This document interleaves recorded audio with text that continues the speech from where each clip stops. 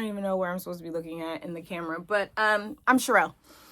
Some people call me Relly. I'm toying with this idea of my higher self, and her name is Sage. So, welcome to Sis Let's Unpack It. Here's what I've decided to do. I have let fear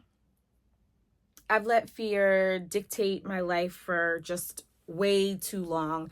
And I was laying in the bed, minding my business, because that's what I do. Y'all will learn that. And I said, I'm just gonna do what I want to do. And I've wanted to start a YouTube channel for like forever. But I think I've been trying to figure out how to put myself into a container and to make myself, I guess, palatable for the masses. And here's the truth. Everybody ain't gonna like you. Everybody ain't gonna like me. And I just gotta be comfortable with that. So I am. So I just decided I'm going to, I guess, call it vlog. I'm just going to show up and I'm going to talk about the things that I want to talk about and the things that are on my mind. And that's just going to be that. I don't have time for editing. I don't have time for hooks and this, that, and the third. Like, I just can't do it. It's like when you go to the grocery store and now they're like, oh, the self-checkout line. I don't work here. I come to the grocery store and I want you to ring my stuff up and I want you to put it in the bag. And then I want to pay and then I want to walk out. I don't want to do anything else. So we're living in this time where they're shrinking. It's what called shrinkflation. They're shrinking everything down and still charging us the same amount of money. So social media used to be fun, and social media is fun, but because I want to be a social media influencer, content creator, whatever you want to call it, put the name, whatever. It's all these things, and it is like a legit full-time job. And I have that, but I don't have that, right? So here, I'll give you a couple of things. Again, I told you my name. I'm 45. I got 4 children, 2 boys, 2 girls. I've got one of those boys is a transgendered child, and so they go by another name, but me, I recognize that that's the way that I had. I had my kids early. I was young when I had them, and so I have been in a place of survival for a really long time, because that's what happens when you have kids young and you're trying to figure it out. So I've been trying to figure it out.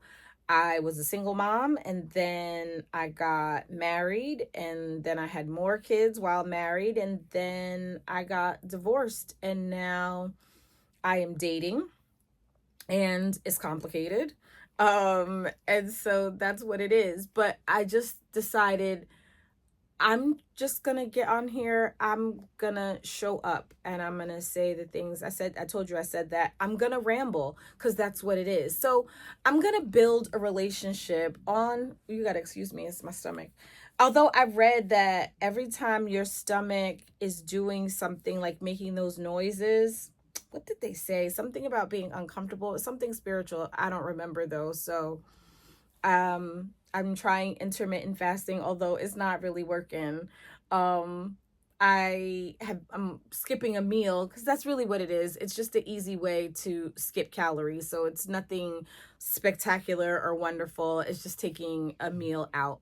And right now I'm trying to take out breakfast, but I do find that if I eat breakfast, I will be satiated throughout the day. I can skip lunch and eat dinner, a sensible dinner. And that probably is, I should probably be skipping lunch and not skipping breakfast. My grandma says breakfast is the most important part of the day, but we also learned that that is nothing but marketing. They just needed to sell milk, right? So that's it. That's the other thing. So what am I doing? I'm building a relationship. So maybe people want to come over here and they want to be, friends. And I'm going to be super duper honest. I'm going to be as honest as my nervous system will allow. Honesty wasn't something that I was big on growing up, and I'll tell you why. There was a lot of trauma associated with honesty, my honesty. I realized that my honesty could hurt people, and I didn't want to do that. So honesty wasn't the thing that I showed up with and offered up first. No, not the case. But I am doing so now. So I'm trying to be much more honest, because also I realize if I'm not honest, then that allows people to tell their own story, and which I'm okay with. Let me also say that, like, I'm also in a place where if I'm going to show up and be on the internet the way I want to be on the internet, then I have to be okay with people sharing their honesty about me. And there also, I recognize, are going to be some trolls. But I can't believe that for all this time, but I mean, I can believe because it's my nervous system. And so I had to, get that thing together. But for a lot of time, I spent worried about what people who I don't know on the internet would think about me, like for real. And excuse me, I was also concerned about what people that I do know, and what they would say about me. And also, I'm finally at a place, I don't give a shit. Not one shit. I don't care. Go ahead, tell the truth. Tell your truth. And I'm fine with it. Be okay when I tell my truth, though. And as long as everybody's telling their version of the truth, and people gonna believe whatever they want to believe, and guess what? I don't care. I don't have capacity to care. You hear me? No capacity. So, why am I talking to you at this time in the morning? I'll tell you why. Because I am out of a job. So I just figured we have some time, and I'll tell you a little story time about a girl who worked really, really hard, went to school, got the degrees and the whatnot, made it to vice president. And isn't that wonderful? Like, my company, people talk about having Black women bosses. Let me tell you something. I had a Black woman boss. She was amazing and really, really great to have. She allowed me to be who I was. So I felt like my job was so great because I didn't have to mask. We were a Black run organization. Our CEO and vice presidents and our headquarters, they were Black. And so it just really felt good. I remember going to Connecticut. That's where we're based out of, going to Connecticut and for a meeting, baby, and they had catfish and grits, baby, and they had the hot sauce. I was like, oh yes, I'm meant to be here and work here. So it felt so good. And I've been there for 10 years. And then my boss left, and she had to. I understand that she had to go, because let me tell you something. That board that runs our organization, they are some of the most inefficient, ineffective, less than smart individuals that I have met in a really long time. And prior to working there, I had also worked for another nonprofit, and we helped boards, small boards, build their capacity. So I do know the function of a board. I just want to put that out there. And so the board kind of pushed my boss out, and she left, and I knew it was going to be bad. I just didn't know it would be as bad as it is. So I was, I want to say, unethically demoted in a conversation that I had with my interim CEO. We had a very heated discussion in which I was crying, and he said something, and I was like, well, then just make me a program director. That's what I said. And he said, no, he said, no, I need you. And he said, at the end of the conversation, we're going to act like this conversation never took place. And I was like, all right, cool. Like, I'm ready to work. Let's do this. I'm trying to, do what I got to do, because I got to take care of my family. And I got an email a couple days later that I had been demoted. That the board had accepted my resignation of my job, and that I was being made program director. And I was like, what? I didn't resign. So, and I said that, like, I did not resign. I don't know what you could ask the board for, because, or how the board could have anything to vote on or accept, because there's nothing that I gave as resignation. Now, I am in touch with a lawyer, and so we are pursuing this, and not for any reason other than you just shouldn't do people that way. Whatever, fine. Here's the greater point to all of that. the greater point to all of that is I am grateful for this time. So I'm out on leave because it took a toll on my mental health. And you know what? Here's the truth. I had been having conversation personally about wanting to leave. I had been wanting to leave and I didn't know what was coming next. And I still don't know what's coming next. I'm looking at the job market and it's not that great. And also, I'm due to go back in December. So I don't know. I'd like to think that, and I had that conversation with myself, like, can you go back, with everything? Because again, you got real bills to pay and real kids to take care of. Um, what does it look like? Could you go back? And so I said to myself, I had to ask myself a question. I said, girl, and myself said, yeah, girl. And I said, could you go back? And myself said, possibly we could go back. But I do think that they would fire me. And because when I tell you they are firing people left and right for no reason. You want to hear a funny story? All right, it goes a little something like this.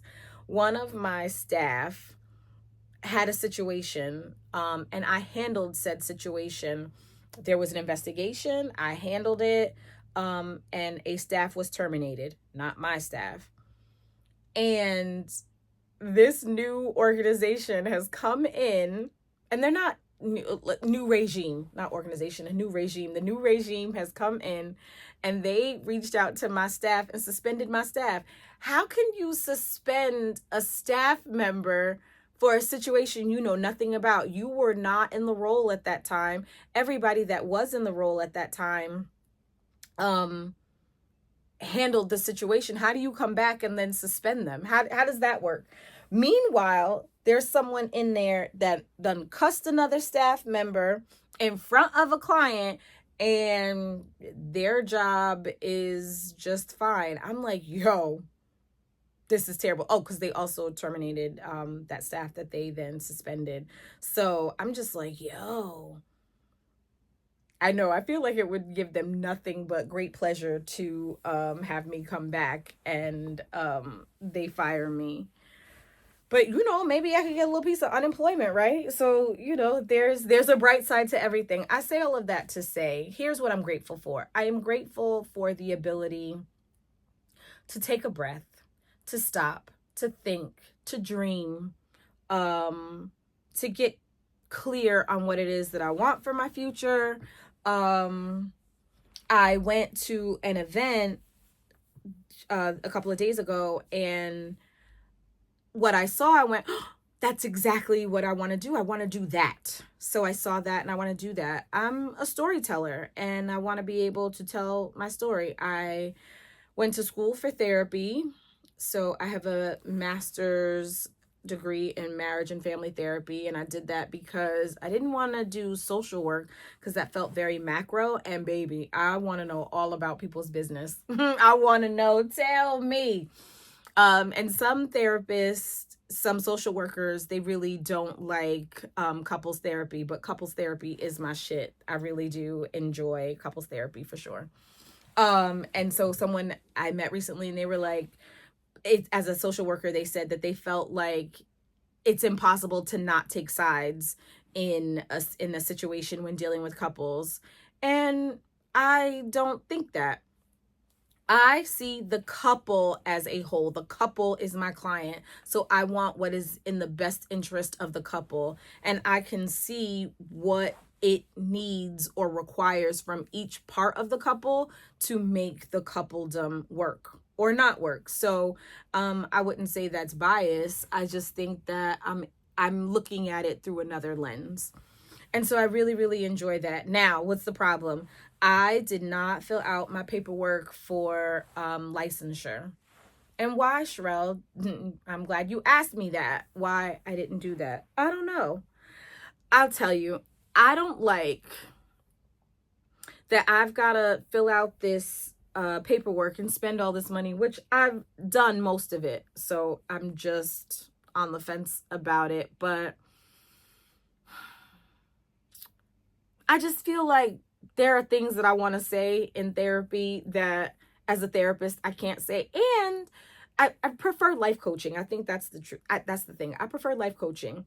And also because, and yes, life coaching is less regulated, but sometimes I want to know how my client is doing. I want to call them up like, you all right? I want to check in. I want to, make sure they're okay. And I can't do that. Like, I think for us, I think it's 2 years. 2 years, I would have to stop seeing my client, and then I could, like, we could go to lunch or something like that. And I don't want to do that. Maybe I want to, after 6 months of working with you, maybe I want to go to lunch next week. I don't know, like a final goodbye or something. I don't know why I have this aversion to it. So, and also to hear about how they play with your manyan, that's the other part. So I have to do X number of hours at like $45-$50 an hour. I don't want to do that. I'm not in that space in my life.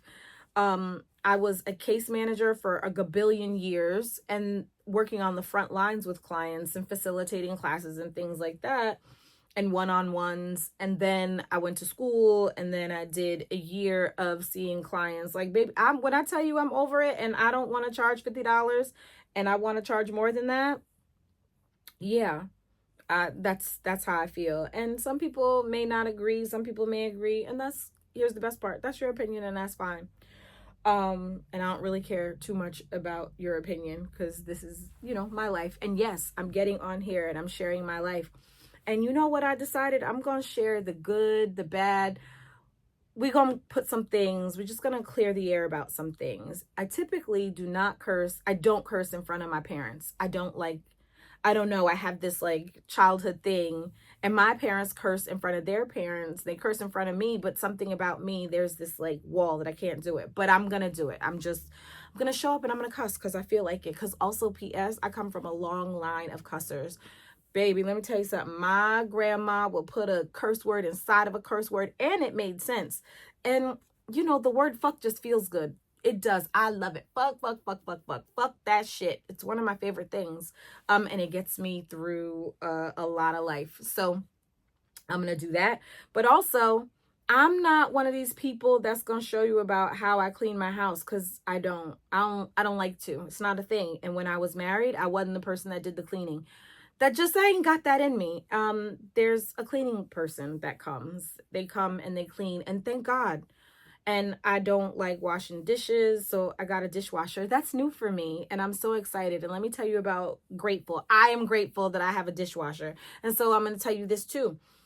I'm not going to show up on the internet and put on a whole bunch of airs about I've always lived like this. No, I have not always lived like this.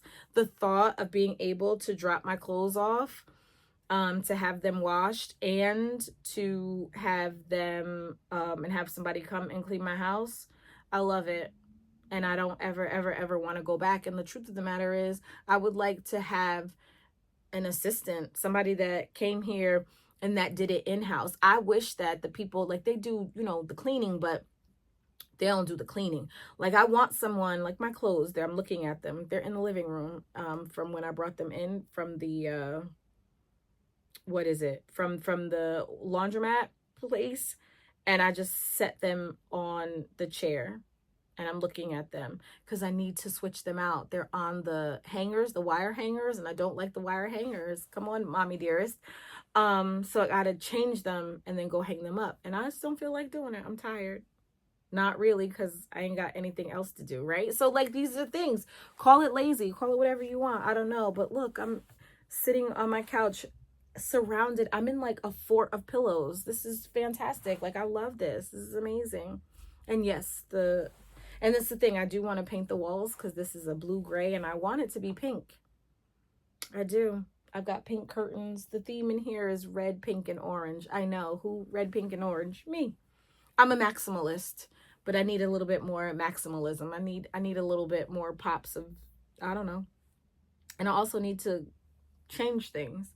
So those are some things about me. Like, so I'm going to be showing up as authentically as possible. And I'm going to ramble. It's not going to be pretty. I don't have beautiful aesthetics. I'm not doing any of that because I don't want to.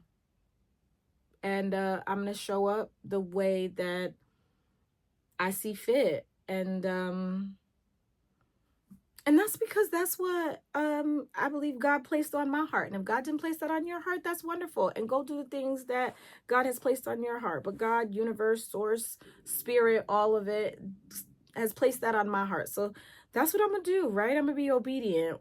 And whatever this looks like, and I'm open and honest to a fault sometimes, and I let the intrusive thoughts come right on out. So if none of that is for you, I get it, right? And so, yeah, no harm, no foul. But if this is your type of carrying on and foolishness and shenanigans, well, then I hope that you stay around. My plan is to show up every day. I'm going to show up every day. I'm going to record something every day just to check in or whatever. And I'll probably end up on Marco Polo, because Marco Polo is really my shit. If y'all not into Marco Polo, please get into Marco Polo. I really, really enjoy it. It's video messaging. So I'll be over there and we could be friends. And that's it. You know why? Because the internet will not defeat me. It just won't. I won't let it. Fuck it. So there's that. Anywho, so that's what we've unpacked today. We've unpacked that I'm going to show up authentically the way that I want to. And hopefully we'll be friends. All right, so I hope you guys have a great day. I'm gonna carry on with my day, and it's not gonna involve any cleaning. All right, talk to you guys later. Bye.